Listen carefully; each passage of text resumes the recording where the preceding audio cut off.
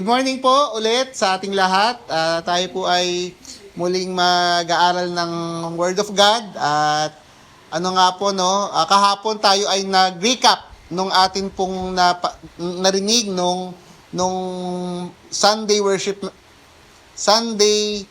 service message po natin na tungkol nga po dun sa Genesis, no, na nagsimula tayo kay Adan at Eva. Kahapon po medyo nagbulay-bulay tayo doon sa pangyayaring 'yon na bakit kung mabuti ang ginawa ng Diyos, ang lahat ng ginawa ng Diyos, bakit mayroong masama? Bakit tayo nakarating dito? At nasagot nga po yung tanong na 'yon, no, sa atin pong pag-sharean na nag-agree nga talaga tayo na meron nga kasing tayong pagpapasya. Binigyan tayo ng Lord ng tinatawag na free will na magpasya. At kasi kaya yun binigay ng Lord sa atin, yun ang naggagawa ng possibility para magkaroon ng love, no, yung pagpapasya na pipiliin mo isang tao, no? Kaya pag tayo ay may minamahal, sana sabihin natin, pinipili pa rin kita. Ang gano'n, no? Mga ganun. Kaya merong mga ganung di ba? Kaya merong love talaga na nakaka-inlove kasi alam mo yung taong yun, ikaw ang pinili. Kaya kaso nga lang, dahil po dun sa kakayahang pumili, meron din kakayahang tumanggi at piliin ng iba. Yun po yung nakakalungkot na katotohanan. No, napakaganda ng love, no, ng ikaw ay pinipili pero may posibilidad na pumili ng iba. Kaya ganun po ang nangyari sa sa kasaysayan ng tao, na pinili ng tao ang sarili niyang gusto, pinili ng tao yung tao rin kaysa sa Diyos. Kaya po doon pumasok ang kasalanan pero po gusto ko pong mag-dwell pa rin tayo doon sa in the beginning pa rin na pero gusto ko lang pong manotice natin na after 4,000 years, after po ng 4,000 taon mula kay Adan, meron pong sinulat, no, si Apostol Juan tungkol doon sa in the beginning din. No, ito po ay makikita na natin sa Bagong Tipan. Si Apostol Juan po, siya ay isa sa talagang sa mga malalapit na disipulo ng Panginoong Jesus. Na pwede po natin sabihin na siya po yung nasa inner circle, no? Kung si Jesus po ay maraming tagasunod, example po, marami po kayo, no, na example kayo ay nasa 500, no, na sumusunod kay Jesus. Si Jesus meron din siyang inner circle na 12. No, example 1, 2, 3, 4, 5. Yun yung example, ito kayo yung 12. Yun yung mas close. Pero dun sa 12 na yon, meron pang tatlong mas close sa kanya. Kunwari, sino yung tatlong yon? Si Peter, si Pedro, si Santiago, tsaka si Juan. Tapos sa tatlong yon, meron pa daw sinasabi na isa na talagang close kay Jesus. Yun po si Juan. Siya po yung isa sa masasabi natin na naging close talaga sa Panginoong Jesus. Kaya ito po yung sinulat. Nung nagsulat po si Juan ng kanyang gospel, ang gospel po ay isang balita, na isang mabuting balita. Kinuwento po niya doon yung kanyang karanasan sa Panginoong Jesus, yung kanyang experience, yung pinagdaanan nila ni Jesus. So ngayon po, tignan natin yung unang 12 na talata o na verses ng sulat ni Juan patungkol kay Jesus, na merong kinalaman po sa in the beginning. No, kaya po di ba po yun yung ating series ngayon, yung Gems from Genesis, no? Yung mula po tayo sa Genesis, tumitingin ng mga storya para makita natin yung ating kasaysayan bilang tao. Kaya yun, atin po tingnan. Ito po yung sa verse 1 po, sinabi, nang pasimula, ito po yung in the beginning, ay naroon na ang salita. Ang salita ay kasama ng Diyos. At ang salita ay Diyos. So, pause po muna tayo doon, no? Sa una pong tingin, parang, sige, salita. Example, kasi di ba pag po natin sinabing salita, yung sinasabi ko. Pag rin natin sinabing salita, pwedeng ito rin, tong Word of God. Pero, kung atin pong isipin, medyo may si Juan, no? May matalinhaga, no? Nang simula, so ito po yung in the beginning, andun daw yung salita. So imagine natin, ano kaya itong salita na to? No? Andun daw yung salita. Pwedeng salita na literal na salita na word. Tapos sabi, ang salita daw ay kasama ng Diyos. So pag ito ang Diyos, tapos kasama ng Diyos yung salita, No, ano so yun? Guys, yung salita, example, ako yung Diyos, ito yung salita. So magkasama kami nung simula. At ang salita ay Diyos. So yun pala, yung, ano po, no, parang medyo, paano yun? No? Medyo, medyo napupunta na tayo sa realm of, hindi natin naiintindihan, nahihirapan na tayo intindihin, na it takes faith. Kailangan na pala ng palataya para ito ay maintindihan. Na ang salita ay Diyos. So, ito po yung tatlong katotohanan. Nung simula daw, yung sinatawag nga na salita, andun na siya. No, kasama siya ng Diyos, at siya rin daw ay Diyos. Ngayon, habang binabasa po natin, mas lumilinaw po siya. Sa pasimula ay kasama na ng Diyos ang salita. So, malinaw po yun, no? Yung Diyos tsaka yung salita ay magkasama, pero at the same time, yung salita ay Diyos din. Sa third po, nilikha ang lahat ng bagay sa pamamagitan niya. Itong niya po, ang tinutukoy po nito ay yung salita, no, sa pamamagitan ng salita. At walang anumang nalikha ng hindi sa pamamagitan niya. So, ibig sabihin po pala, di ba po, in the beginning, kinreate yung lahat, no? In the beginning, lahat ay nagsimulang gawin. So, sa pamamagitan daw ng salita, yun daw yung reason kung paano nagawa yung lahat ng nilikha.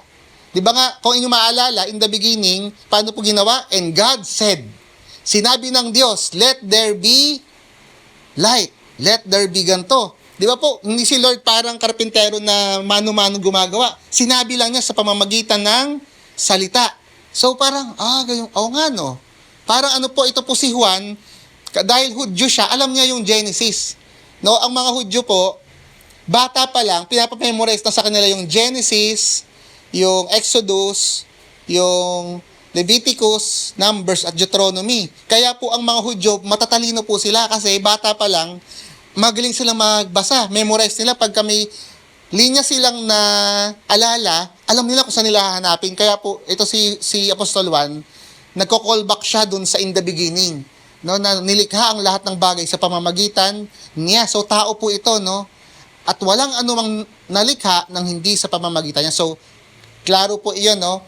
So, next po tayo. Nasa kanya ang buhay. So, yung kanya pong yun, yung sa salita, no? Yung sa sinasabi na salita. So, alam na natin na tong salitang ito, parang person siya, no? Person. Nasa kanya ang buhay at ang buhay ay siyang ilaw ng sangkatauhan. So, yung salita daw na yun, siya yung ilaw. Meron nga po ako naalala yan. Ngayon, meron po mga words na naglilitawan. Naalala ko yung sa Psalm 119 na isinulat hindi ko alam kung si Haring David ba to o yung isa sa nagsulat. No, that your word is a light unto my feet and the lamp unto my feet and the light unto my path. Ang iyong salita ay tanglaw o sa aking daanan at ilaw, no, sa aking patutunguhan. No, yung word, no, yung salita, yung word. So parang pwede natin na tao ito, pero at the same time, it's also the word. Ito yung salita. Na ilaw daw, no, ilaw ng sangkatauhan. Sa mga nakapagbasa na po ng gospel sa atin, di ba? Sino yung nagsabing, I am the light of the world? Yon. So parang yun yung mga clue, no? Ako ang ilaw ng sanlibutan. At sinabi nga ni Juan, no, na naka-experience, naging close siya kay Jesus Christ, no, na siya daw, yung salita, siya yung ilaw ng sangkatauhan. At 5, nagliliwanag sa kadiliman ng ilaw at hindi ito nagapi kailanman ng kadiliman. Ibig sabihin po, no, yung ilaw na yon, nagwagi siya. So parang sinasabi dito ni Apostol Juan, yung salita na siyang ilaw din, na ilaw ng sanlibutan, nagwagi siya. Hindi siya natalo. Hindi siya nagapi ng kadiliman. So, meron pong, kumbaga, sense of victorious itong taong ito na tinatawag ng salita, na siya ay Diyos, siya ay kasama ng Diyos, siya ang ilaw ng sangkatauhan. So, medyo naladagdagan na po yung details. Ngayon, sa verse 6. So, I hope po nafa-follow po ninyo kasi napaka-importante po nitong katuruan na ito. Sinugo ng Diyos. So, ito po, ang Diyos na po ito, pwede natin i-assume, ang Diyos Ama, no? Sinugo ng Diyos ang isang tao na nagngangalang Juan. So, ano lang po, konting paglilinaw. Ang pangalan po na Juan ay sikat na siya na pangalan sa mga Hudyo. No, yung John. Para pong dito, example, sino mga magkakapangalan dito? Na meron po, kasi di ba, example, Jose, ganon. Jose. Sino ba mga magkakapangalan dito? Meron ba? Basta po, di ba, sa ating mga Pilipino, merong minsan na common na mga name. So, yung Juan, Maria. Yeah, mga Maria. Actually, mga galing rin sa mga ano yan, no?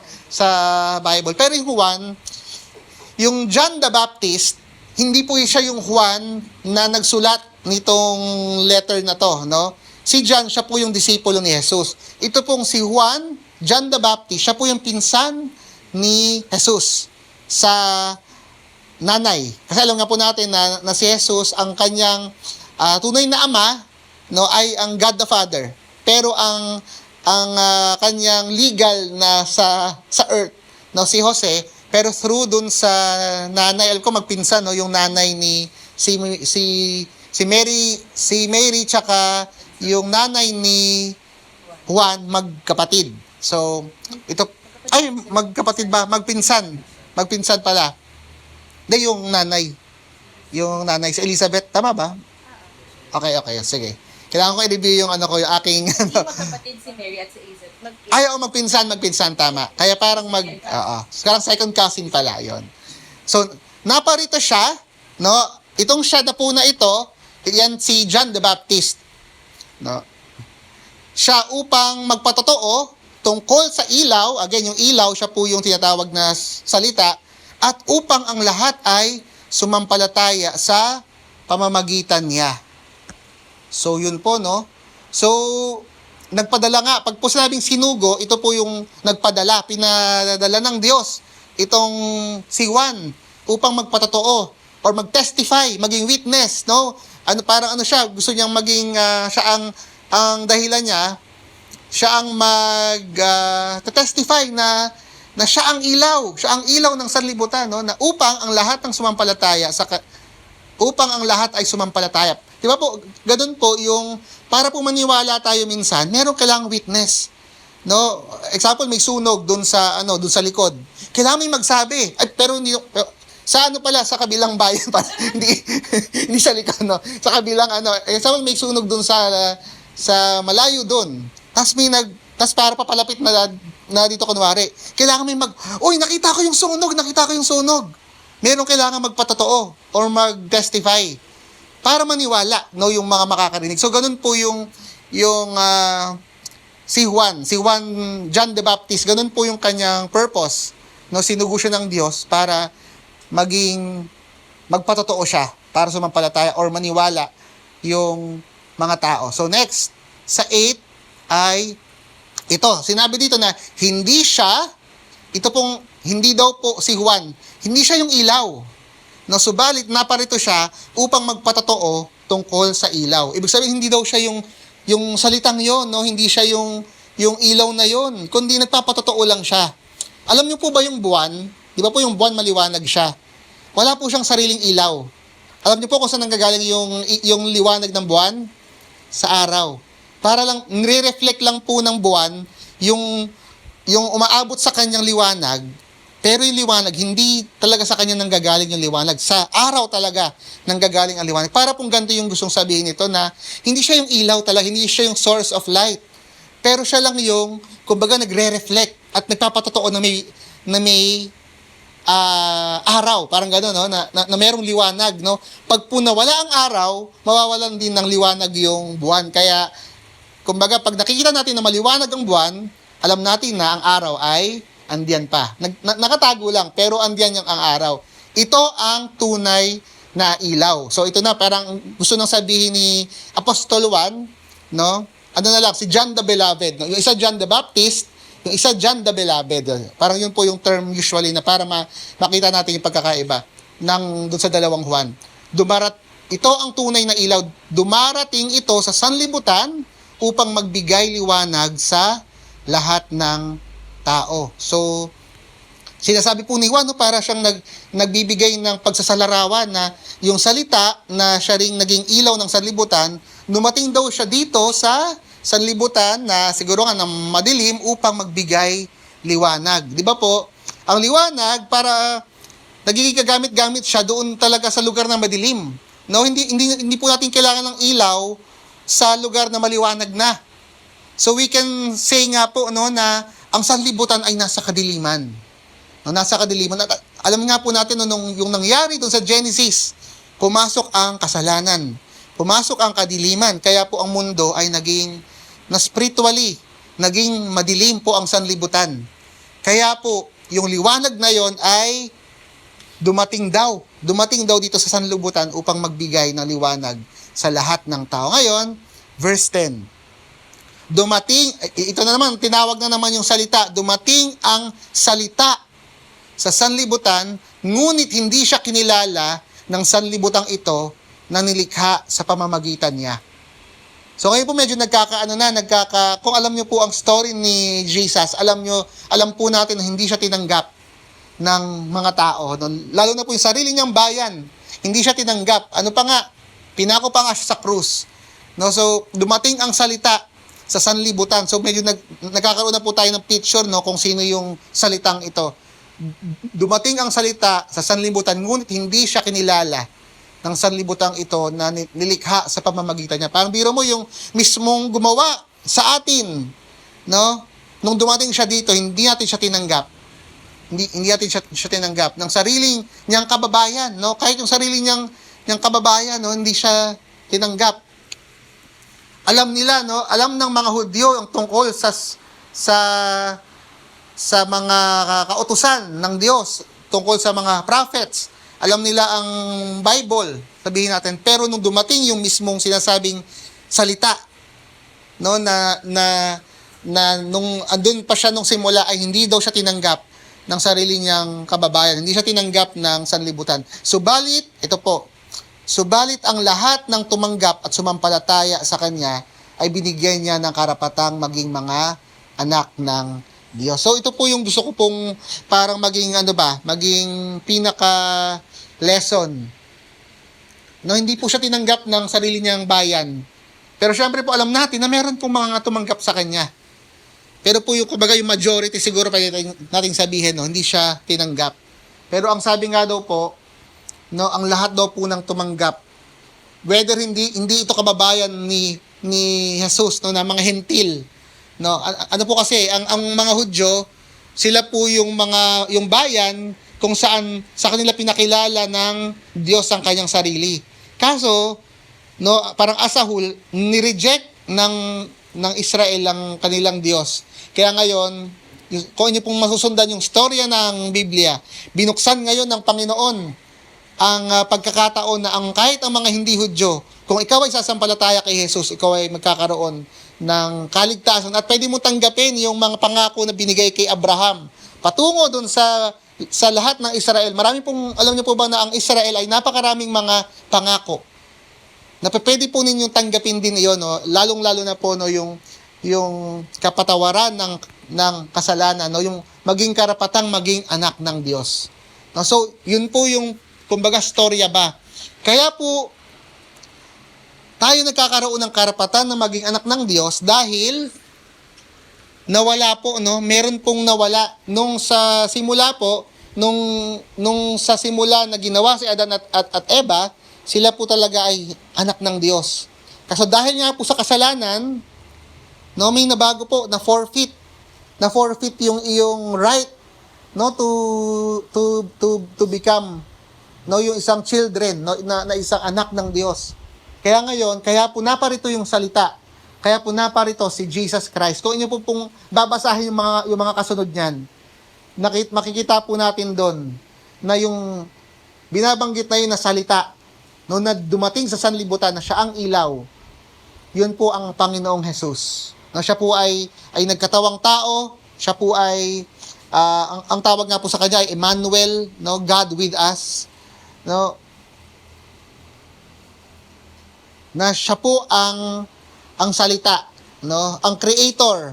Siya po yung nagpunta dito sa sanlibutan na maging kagaya natin, no? Maging kagaya po na magkaroon rin siya ng physical no, parang physical body kagaya natin. no, na siya po ay pinanganak, no, ni Maria. Meron po siyang, wala po siyang makasalanang kalikasan kagaya ni Adan, yung nanggaling kay Adan, kaya po siya po ay walang kasalanan. Pero meron po siyang, nag-add siya ng kalikasan na para bang, ito po, merong dugo, no? Merong dugo, nasasaktan, nagugutom, nalulungkot. Ano pa ba ang mga ano natin bilang tao? Tayo ay kailangan ding matulog, tayo ay kailangan ding kumain. So yun po yung mga limitation po na yun, lahat ng mabuti at maganda na meron tayo. No, yung lumikha po sa atin ay pumasok sa sanlibutan. Ano po yung purpose niya? Para tayo ay iligtas. Para po pagbayaran yung kasalanan, no, yung penalty ng kasalanan para sa lahat ng tao. At yun nga po yung sabi dito ko, subalit ang lahat ng tumanggap at sumampalataya sa Kanya ay bibigyan niya ng karapatang maging mga anak ng Diyos. So po ang ano natin, ang atin pong pinaka gustong tanggapin, no, na katotohanan sa umagang ito, ikaw ba ay anak na ng Diyos? Ikaw ba ay anak na ng Diyos? No, meron po ibang nagsasabi na hindi lahat ng tao ay anak ng Diyos. No, lahat ng tao ay anak ng Diyos. Alam niyo po ba na hindi po totoo 'yon? No, siguro po kung ang ibig sabihin po nila ay kung ang lahat ng tao ay nilikha, no, ng Diyos. Baka rin po pwede mong sabihin na kung yun ang ibig sabihin. Pero ito po, kung based po dito sa Word of God, hindi po lahat ng tao ay anak ng Diyos. Kaya nga po nagkakaroon tayo ng karapatang maging anak ng Diyos dahil nawala po yung karapatan na yun sa atin. No, na kumbaga na cut off. No, dahil tayo nga po ay makakasalanan at hindi po tayo talaga, no, katanggap-tanggap sa harapan ng Diyos. Pero sinabi nga po dito na subalit ang lahat ng tumanggap at sumampalataya sa Kanya, no, ito pong Kanya na to, na doon po sa salita, doon sa, ito nga po ang Panginoong Jesus, lahat ng sumampalataya sa Kanya ay binibigyan niya ng karapatang maging anak ng Diyos. So si Lord po, si Jesus ang nagbibigay ng karapatan sa atin dahil siya po yung nag-purchase. Siya po yung tumubos sa atin sa pamamagitan ng kanyang pagkamatay sa krus ng Kalbaryo. So, pag po ito ay ating naintindihan talaga, ano, na, may karapatan ako maging anak ng Diyos. Pag ikaw po ay anak na ng Diyos, meron kang karapatan, no, dun sa mga benefits ng pagiging isang anak. Di ba po ba, di ba tayo ang may anak, no?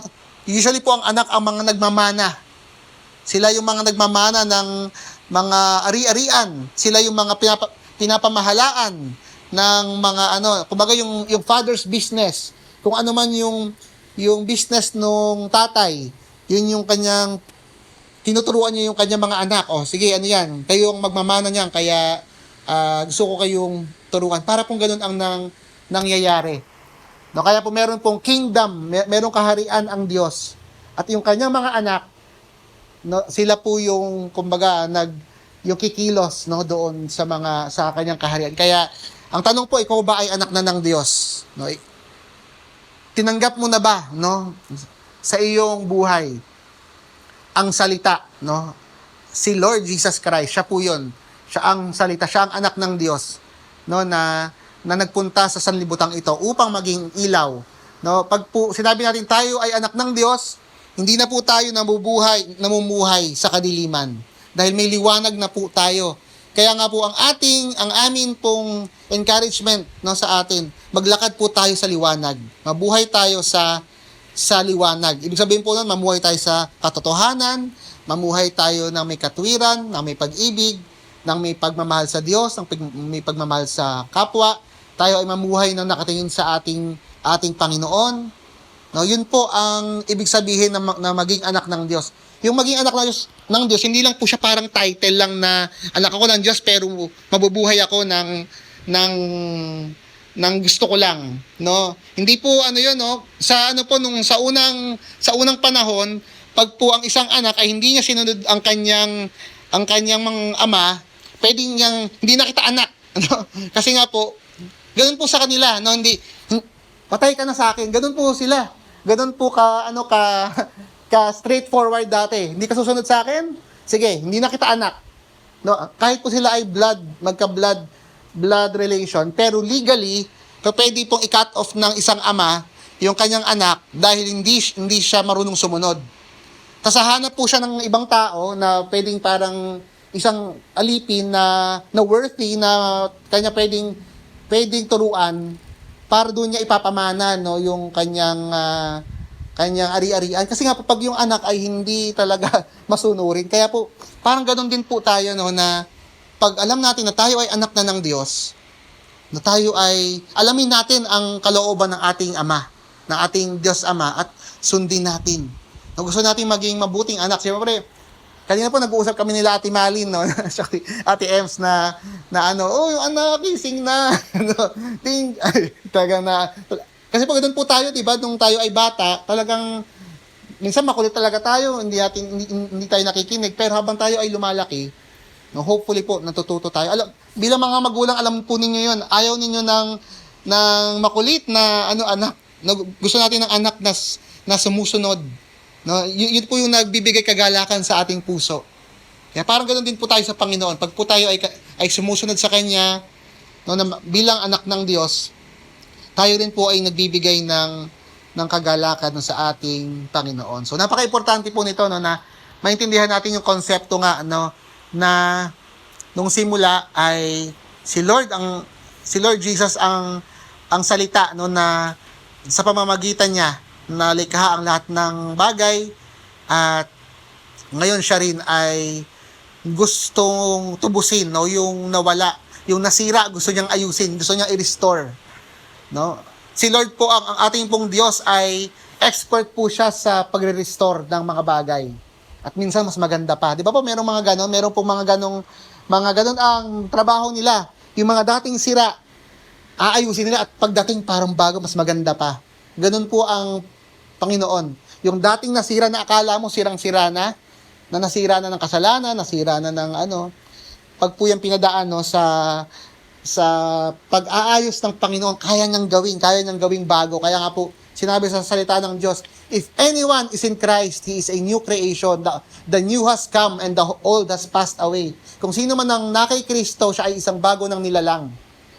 No, ang bago ay dumating na at ang luma ay nawawala. Ganun po ang nangyayari, nagkakaroon ulit ng new creation. Pag po tayo ay sumampalataya sa Panginoong Hesus, nagkakaroon ng panibagong nilikha.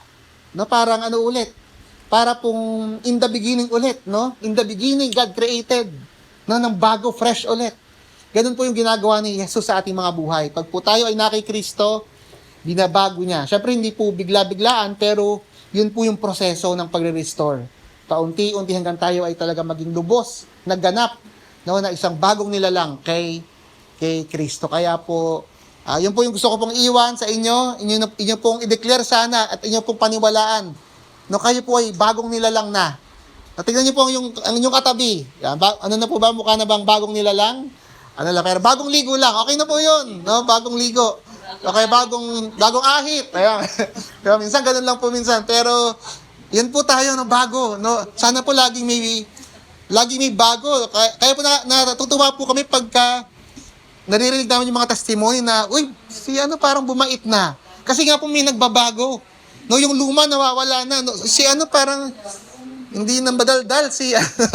Hindi na ako inaaway. Kasi nga may bago na.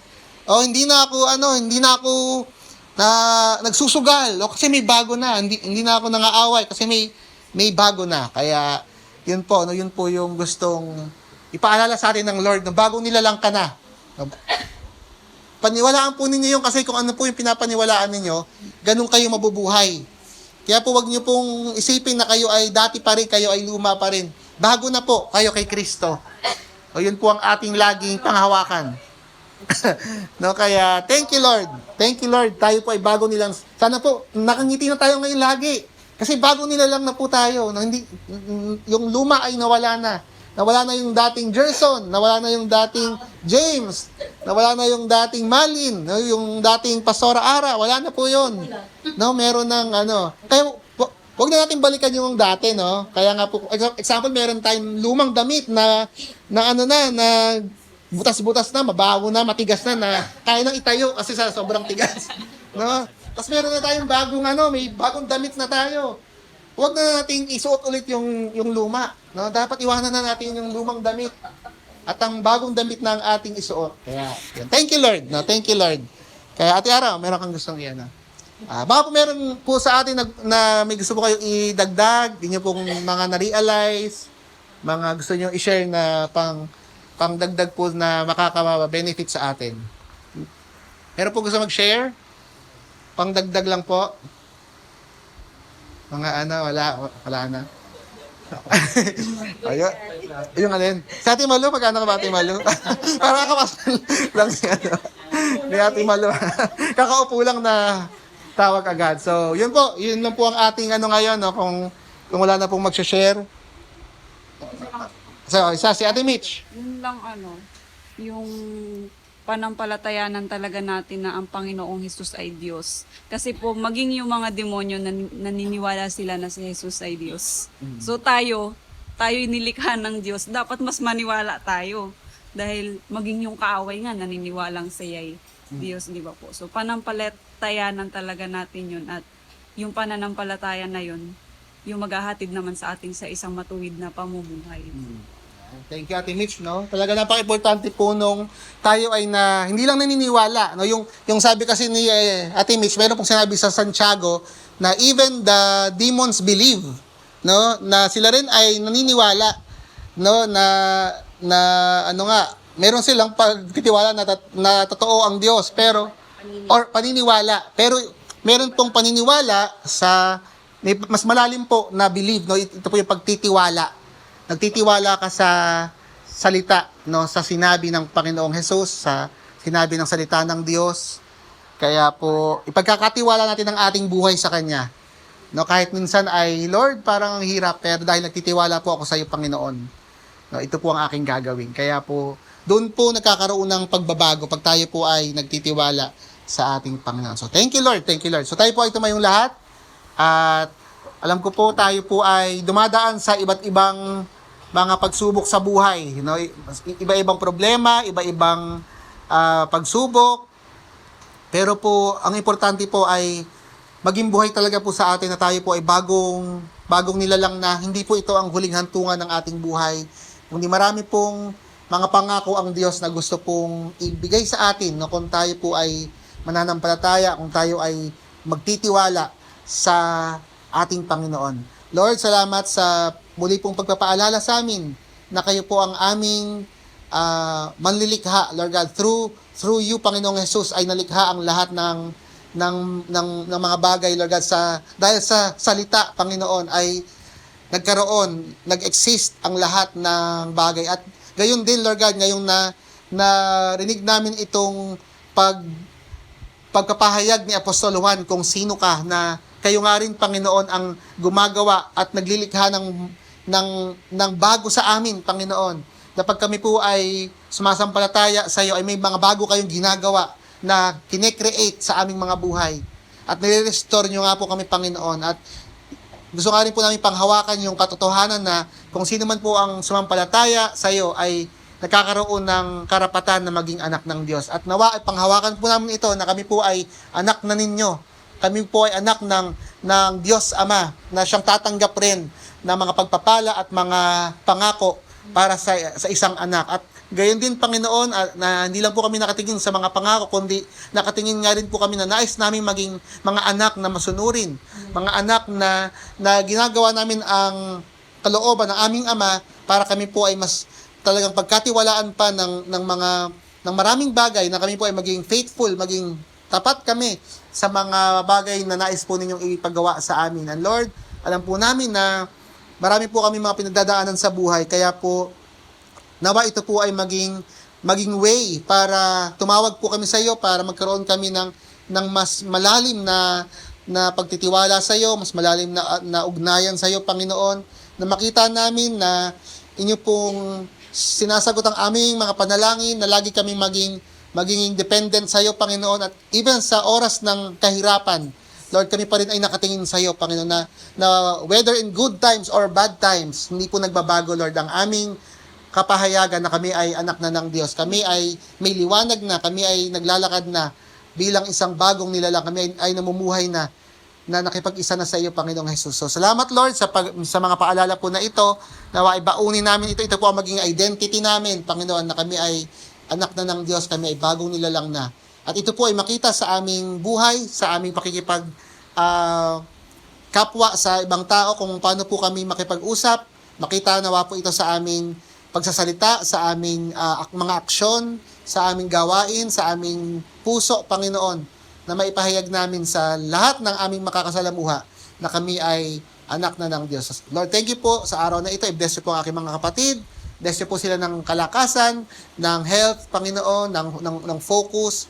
Lord, ilayo niyo po ang bawat isa sa amin sa aksidente, Panginoon, at sa kung ano mang hindi po kanais-nais na mga bagay. At i-bless you rin po ang Rospan sa araw na ito. Maging mabunga po ang business at ito po ay magbigay pagpapala sa bawat isa rin sa amin at para sa inyong gawain. Lord, sa iyo po namin binabalik ang lahat ng papuri at pasasalamat. Sa pangalan ni Jesus, ang lahat ay magsabi ng Amen. Amen. Thank you, Lord. Thank you po.